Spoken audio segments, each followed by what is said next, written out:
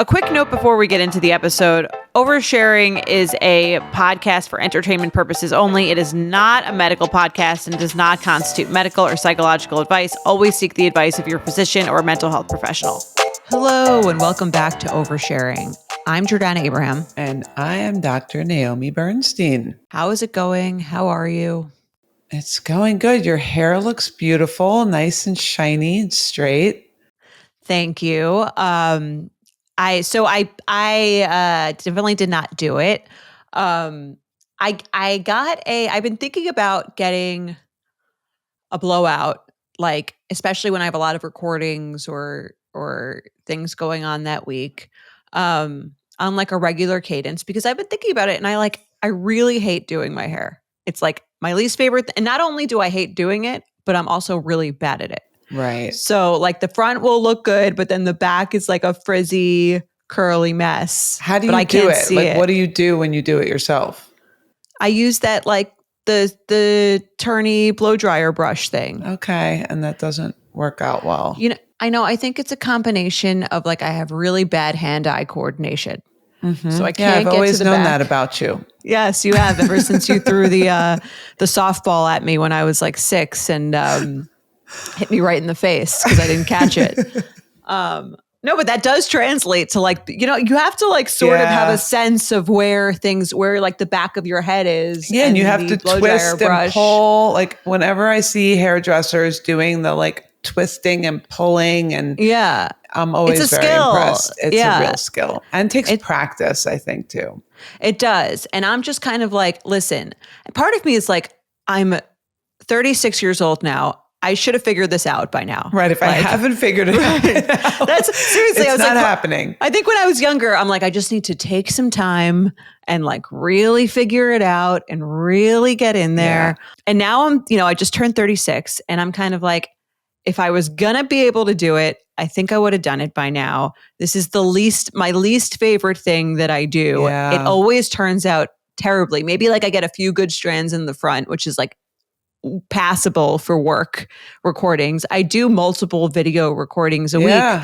Like, why not just throw some money at this issue, have it be done 100 times better than I could do it, and not have to think about it? And I was kind of like, if I can afford to do it, I'm kind of like, shouldn't that be what we spend money on? Things we cannot do well ourselves, that we hate doing, that someone else likes doing more and is much better at, and it isn't like thousands and thousands of dollars. Totally. And I think it's way better. Like I love spending money in that way versus buying like 17 products that aren't going to work and a new blow dryer that's not going to work and, you know, driving yourself crazy. If you do have extra money, it is nice to spend it on things that just make your life easier. Yeah. Hair I remember going with your Mom. Hair looks great. What do you do? Yeah, I got the hang of the blow dryer brush. You're like, I put in the time. I'm like, and take the easy way out. No, I just, I don't know. I also think from years of like doing I don't do them anymore, really, the keratin treatments and all that. My hair just lost some of its curl, but I really do like wearing my hair curly, but then it will only last like that day. And it's very curly, but it will only last that day and then it's done. And then I have to redo it the next day. So I get it. Once you have a blowout, if you're not exercising like too much or in a super hot room, or if you use some dry shampoo, it'll last. But yeah, I remember going with Mom to this special hair place and they would this is like, I don't think people do this anymore. I felt like I was in the 60s. They would put these big Velcro rollers in. Right. And I would sit under this enormous dryer. Now they have newer technologies. To straighten it? Or no, to it curl kind of makes it like, it was big, huge curlers. So it's almost like straight, but like the look of a blowout. But you don't have to actually do the blowout. But then you have to put your hair in these big curlers and sit there. It was a real pain in the ass, but it looked great when it came out. And I remember just feeling like $1 million when I came out after this whole process and just loving the idea of, you just feel good. You feel pretty and it makes your life easier in the morning, a lot less stressful. So yeah, I love I love the idea of that. Go for it. Looks great. And it'll probably last you like almost half the week, I would say. Yeah, I think I just avoided doing this for so long because you're like, oh, who needs to spend the money? Who needs to go? But then I'm like, I feel much better the whole week. And it's more just like now I'm like, I need to find some place that's close to me that I can buy a package at that will be, an easy weekly thing. Right. But it's like, once you get into it's like hiring like a housekeeper or something. It's like, you have to like figure out the mechanism to do it. And then there's ways to do it like cheaper too. No, and true. I always think about that. We talked a while back about nails. Like to me, I'd rather spend money on my hair personally than my nails. Same. Like people spend $70 every 2 weeks on nails, and you could probably do your hair for that same price every week. Maybe not, maybe ish. Totally. Seems more socially acceptable to do it for your nails. I agree. Right. Totally. And yeah, to each their own, right? You look at your hands when you're typing, when you're driving, and it makes you feel good. And it just gives you a little like, I think it's important when you do these things though, to take the time to actually appreciate them, right? Instead of like, okay, you get your hair, now your hair looks good. And now you're like, my this or my that, or my, get upset about I think I'm perfect now. Yeah. Yeah. I think I look pretty hot. So do I. You look all awesome. done. All done. Finished. Yes. Right. All right. Well, let's get into our episode for today. We've got some good emails lined up for you guys. Also, if you guys want to subscribe, we've got subscriber episodes that are already out for the month, and we have 2 subscriber episodes a month. All the episodes come out a day early and ad free. If you're a subscriber, we love our subscribers. Gotten great feedback on those episodes. And if you would like to get even more involved, check out one of Dr. Naomi's therapy groups where you can interact with Dr. Naomi in real life. Yeah, it's awesome. I wanted to say one of the other things that I love about our groups, and if this is something that you deal with in your life, you would love the group, is we call out the elephant in the room. So like in real time. So if someone says something that might be a little bit triggering to someone else, we're not just gonna like at the brunch table, kind of just like let that float into the abyss. We're sort of like, okay, that might have been triggering to you. How does it make you feel? And also, it's not that person's fault for saying something that triggered somebody else. Like, for example, if we have someone that's trying to get pregnant in a group with someone that's announcing a pregnancy, that could be something that happens in real life in a friend group, and we'll like really talk about that. So how did you feel when she said that? And you can talk about your honest feelings about it. So it's a really cool part of the group. You learn how to handle those types of conversations with a therapist in a really warm and loving, supportive environment. The conversations always go great. So if that's something you're interested in experiencing, learning how to do, bring it out into your real life, that sounds come great. join us. Maybe I should pop into one of these. Yeah, you should. Surprise. Surprise. Yeah. No, we don't do one session pop-ins. Okay. Sorry. I'm sorry. No exceptions. I've often thought like I would love a group like this for myself. So yeah, if you're interested, NaomiBernstein.com, fill out the form, get us your info, and we will match you up with a group. Get into it. Yeah, I love it. That sounds actually awesome. I feel like some ways better in some ways probably than regular therapy. Yeah, because you have people like triggering each other a little bit in real time because everyone kind of has something that someone else wants or feels left out, or, someone's talking about their issues with their boss and someone else is still looking for a job. And, we can kind of talk about how that all makes each other feel without like this awkwardness about it. So I love that. All right, let's do some emails.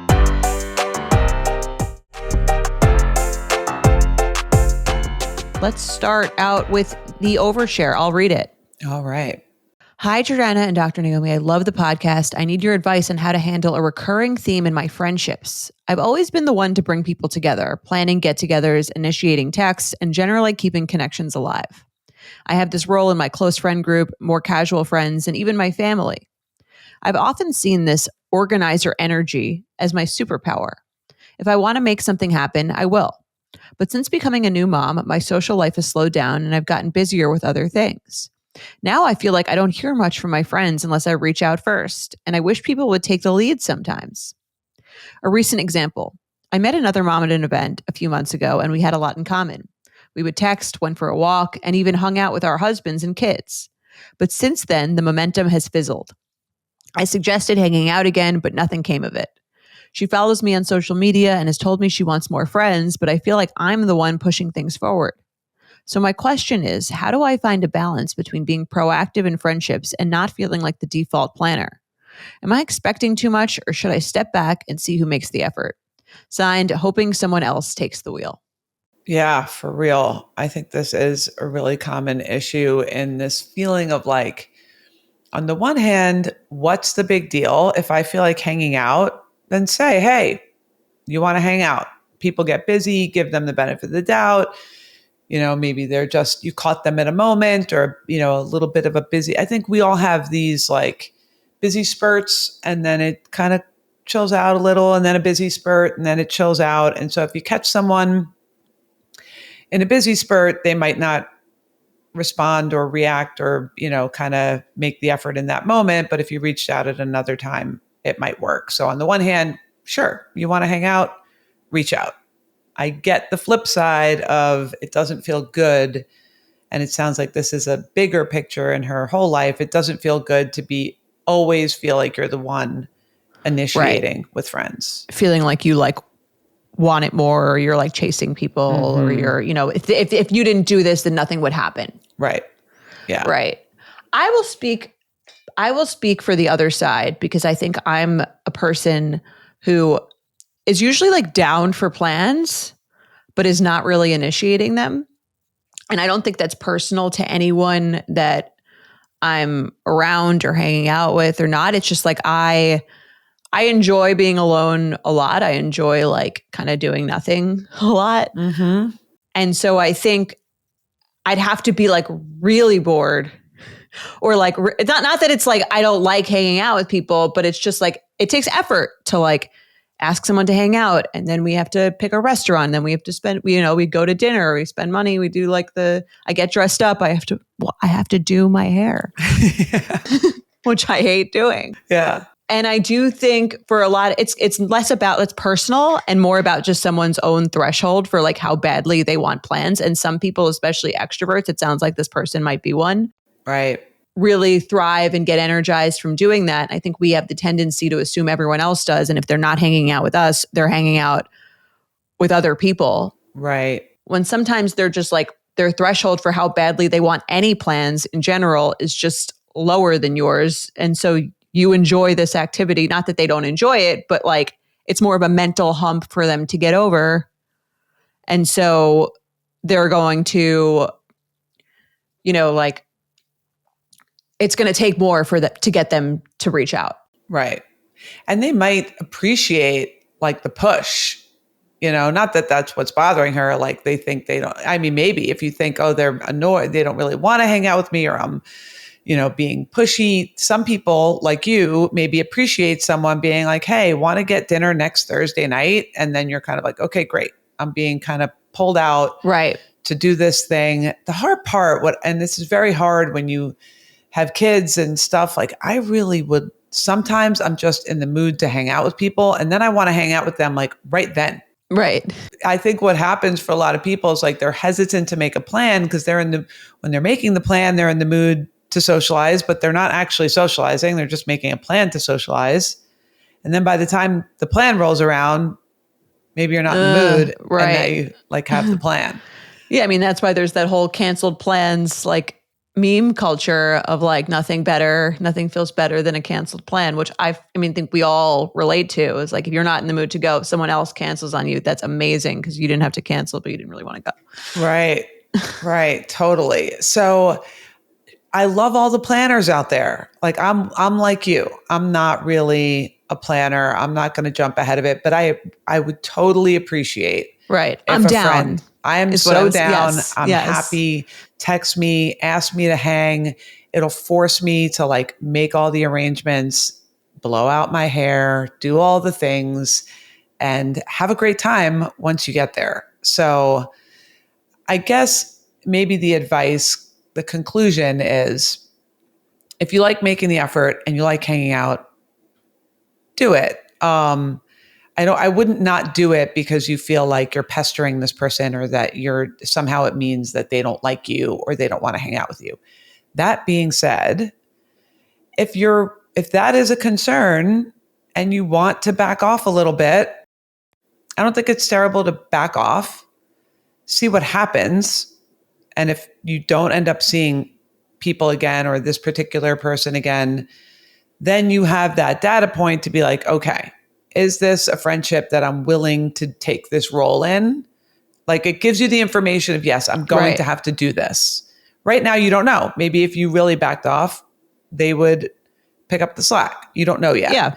And I think for she's talking about a new mom friend, right? So this is a new friend. She doesn't have any she doesn't have years of, solidifying the friendship to no, this is a friend. If we don't see each other that often, we're still friends. Yeah. So I think for a new friend, if you make a bid to hang out and they say no, I do think there's a little bit more, I would make more of an effort with someone who I didn't know very well to hang out if I wanted to hang out with them, because I would need to prove to them that I actually want to hang out and like them, because we don't have any solidified friend group or history or anything like that. So I'm almost more proactive with people I am trying to make if I move to a new neighborhood, there's someone I like that I've met around town. If she asked me to do something and I couldn't do it, I would make the next effort, because I'd want her to know that I'm actually interested, because you don't know that with a new person. Totally. Yep. I agree. I think I wouldn't stand on ceremony on this. If you want to hang out, make the effort, hang out. But if you're, I guess it can't hurt either way. If you want to back off and see how they react, and then you'll know, okay, this is a friend that I need to make the effort with. It's worth it. We have a great time. I want more friends. It's also kind of sometimes you are a little more needy for friendship. And so therefore you make more of the effort, and that's okay. Maybe down the line, roles will reverse, or you'll meet someone else who's, in a couple years, you'll meet someone who's new to town, and they'll be the one that has to make the effort because you have an established friend group, and not the end of the world. Yeah. And I think when it comes to her family and maybe her other closer friends, sometimes it's not about, because I think there's a part of her that likes making these plans, I would assume, that enjoys being the one to reach out and organize, pick the restaurant, or just make the decisions about the plan. And I think maybe what she actually wants is not to be the one to ask for plans less, but just to get some appreciation. Yes. For the family or the friends to say, thanks so much for planning this. This was great. Because I talk about this with Mike all the time, because I plan all our vacations, or I plan all our trips and stuff like that. And I don't really want him to plan them, because I think I'll do a much better job, and I like planning them. So it's not that I want him to plan them. I just want him to be like, wow, thanks for planning this great trip. Totally. So well thought out. So nice. So it's not even she wants someone necessarily to plan, but maybe when she does plan something for her friend group or her family, to be like, so amazing that you planned this whole thing so we could all get together. That's usually all it takes. Totally. Yeah. Jeff and I have this thing where I book all the flights that we take, and we're always boarding group 9 and the last row of the plane. And whenever cheapest flight. Okay, yeah. I mean, you are 5 people traveling, so I get it. 5 people. So I'm basic fare. And then I just go up at the last minute, and I'm like, can I please sit near my kids? And they're like, okay, fine. You don't even get a seat assigned half the time. So whenever can I please sit near my kids, and we're all going to bring tuna sandwiches. Is that okay? Oh my gosh. So true. So whenever we're walking down the boarding galley thing, he's always like, let me guess, row 37. Right next to the bathroom. Right. And I look at him, and I'm so aggravated, where I'm like, you could book it next time if you don't like the seat, Right. And he'll be like, oh, let me guess, boarding group 9. And I scowl at him. I'm like, if you don't like the way I'm doing it, a little appreciation of like, thanks for handling, getting it all done. Thanks for handling it, rather than let me guess what boarding group we're in. I'll just take an extra trip to the bathroom while everybody else gets on the flight with their carry-on bags. So yes, I can relate. When you're planning something, it's nice to get that, this is lovely. Thank you. I mean, I could see it's hard to say this is lovely when you're like, we're like the last, right? You did last minute checking your, right. having to check your carry-on. So in his defense, but yeah, and maybe this is something, in other words, maybe you're saying that she can mention to her family, which is like, I love seeing you guys. I love doing this. But every now and then it's nice to just hear, hey, thanks for organizing. Right. We love doing this. Right. But we're not good at organizing. You're so good at organizing. Or even just that little bit. And if you're out there, and this is for myself too, to be like, love the great choice on the restaurant. Throw a little something at the person who planned it. Thanks so much. Or this restaurant's awesome. Or like, love that. Just something positive about what someone else is planning can really be helpful. I agree. Don't be the person that like complains about the restaurant when you had nothing to do with making the plans. Yeah, that person stinks. I agree.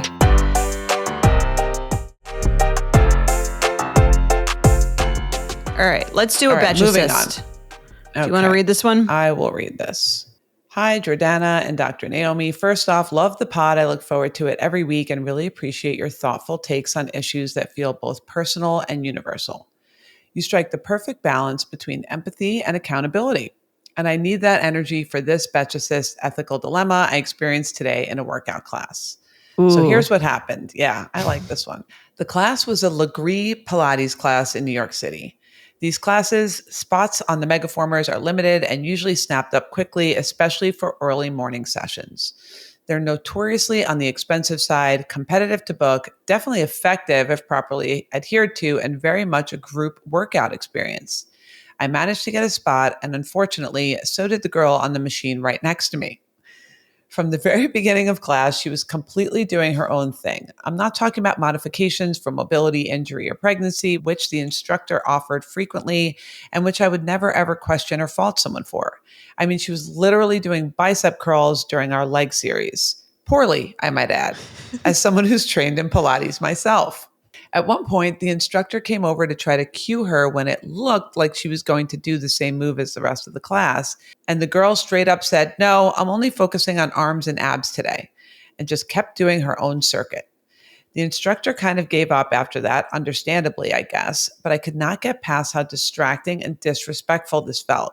I was boiling over this. If you're not interested in following the class template, why did you book this class? This was a full body class with a thoughtfully designed routine. And while the rest of us were gritting through excruciating legwork, this girl was kneeling down, fudging around with her springs, trying to hammer out a random upper body move. I found myself totally distracted, annoyed, and honestly kind of offended on behalf of the instructor and everyone else in the class, not to mention those who were waitlisted for the class, waiting to be here and do this routine, but were unable to get a spot. And here's where the ethical dilemma comes in. Yes, she paid to be there too and technically has the right to get her workout in. But at what point does her personal agenda become selfish and disrespectful? Not just to the instructor, the routine, and the workout itself, her classmates, and the energy of the class, but to the people who were on the wait list hoping to take the actual class as it was designed. There are so many alternative, more individualized options for someone looking to spot train their abs and arms either at a regular gym or the plethora of at-home Pilates videos for free on YouTube. It felt like she co-opted a spot that someone else would have valued for what it actually was. And that person would likely have not been a rude distraction to the entire class and the instructor. It left me wondering, am I overreacting or was she completely out of line? Would love to hear your thoughts on whether this is an ethical violation or just an annoying personality clash I need to let go of.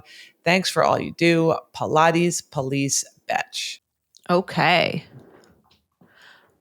I do think she's overreacting a little bit. I could see how this would be annoying, like, especially if they're right next to you. It's a little distracting. They're not in the flow of the class. But I will say she paid for the class. She's not like interrupting the class. she probably wants to, I mean, one thing if it was like a mat class or a dance class where there's seemingly you could do it anywhere. No reason. Yeah. There's no reason to be in a class like that. If you're not going to do the instruction, you could just get your own mat. Like this is a machine that most people do not have. I've been on these Pilates reformers things. They're like these enormous, expensive machines. And she clearly wanted to use the machine. You wouldn't be able to use that anywhere else besides booking one of these classes. Yes. Yeah. I'm torn, but I totally agree on if this wasn't Pilates, I would agree. It would be really annoying if someone like went to a, like you said, a mat class or like a bar class or a dance class and just was doing their own thing in a place where you couldn't really get a spot. This is one of the beefs that I have with Pilates too. Or if you own a Pilates studio, let me know, because I like the idea of like using a reformer. For example, I really like Pilates, but the classes don't really work with my schedule. Like ideally, I'd like a 1 p.m. class. Nobody wants a 1 p.m. class. I get that you don't have a 1 p.m. class. What I would love is a chance to just go in and like rent the reformer for an hour and be able to do my own thing. If that was an option and she chose to do the regular class instead of the DIY option, then I could see that being annoying. But I'm sure there is no option for like, just come and use a reformer at a time when a class isn't going on. Like I always wonder, why don't gyms have like I love a Pilates reformer. Right. Why don't they have them at the gym? I mean, maybe they're too expensive. I think they're expensive, and they are like, if you're not trained in them, like she said she was doing it wrong. I believe her. They are kind of tricky to use. Tricky, yeah. Or like, it's not like so intuitive that how it will be done. Like even I used to take these classes all the time, and I think I would still kind of like be fidgeting around with the springs and all that stuff. Right. But I've never heard of that you can rent one of these by like the hour. I've heard of occasionally an extremely rich person who owns one. Right. But they're like thousands of dollars. I don't think most people would get them. So I get why she would have done it. I don't think that she's taken away a spot from someone on the wait list. She waited on the wait list just like anyone else. She paid for the class just like anyone else. If anything, she's getting less of an experience because she's not getting, she's paying for the instructor's expertise, but not using it. Right. But so that's like on her. I don't think that's on anyone else particularly. Yes. Totally. I agree. I guess the ethical piece is like, we've talked about this. If everyone acted the way this person was acting, like if everyone came in and the instructor had a whole routine planned and no one was doing it, that would be like unacceptable. Well, that would be a sign that they should have a freestyle class. Yeah. Yeah, right. That's true.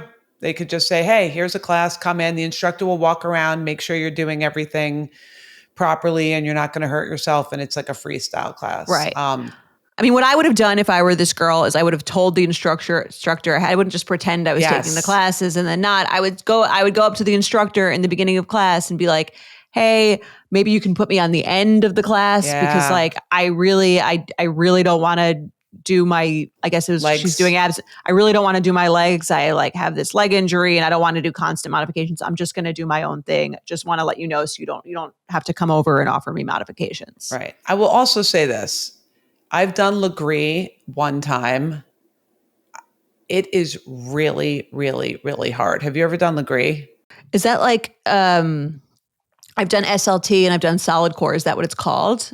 Is that like Legree is what I'm not sure. It's just like Pilates on steroids. It's like really, from what I understand, or the class that I took, it's like a really high, like heavy weight. Yes. I think I've done this. Yes. It's like heavy weight. It's pretty intense. It's for people like cardio that are like almost too. Really, really in shape. I think like you can't just pop into a Legree class if you're not pretty in shape. And I agree. It's an awesome workout. Like if you do Legree 3 times a week, you're probably in amazing shape. But maybe this girl was like, this is the only class that fits in with my day today. It's the only class that had a spot in it that I could get into. And I can't really handle the intensity of Legree. So I'm just going to use this machine and do my own thing. I will say, because I don't want to totally invalidate this listener, I get that to the instructor who planned this whole thing, just being completely ignored feels like a little rude. That's why I agree with you. If she came in at first and said like, hey, I just can't handle this Legree today. I barely got myself here. I'm just happy that I showed up at the gym today. I'm just going to do my own thing. Then I think she's totally off the hook. Yeah. And I think you sometimes see pregnant people in these classes who are doing that. That's just like it's more known and more obvious. Right. We don't care as much if they do it. Right. Totally. And I think if this woman's like, I talk to my patients all the time that are trying to like get the motivation to work out if you're like a little depressed or, you just are I'm just like, just show up, just get there and show up. And even if you walk at 2.0 miles an hour for 15 minutes, you did something.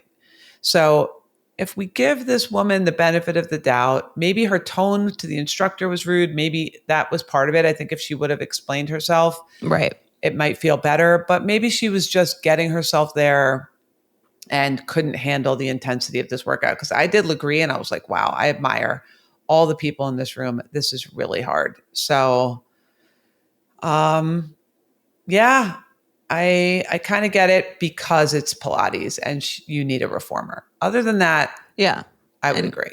The instructor's getting paid anyway. You're still getting your class. For her machine. It's like she didn't pay for it. So, all right, you heard it here. Good luck.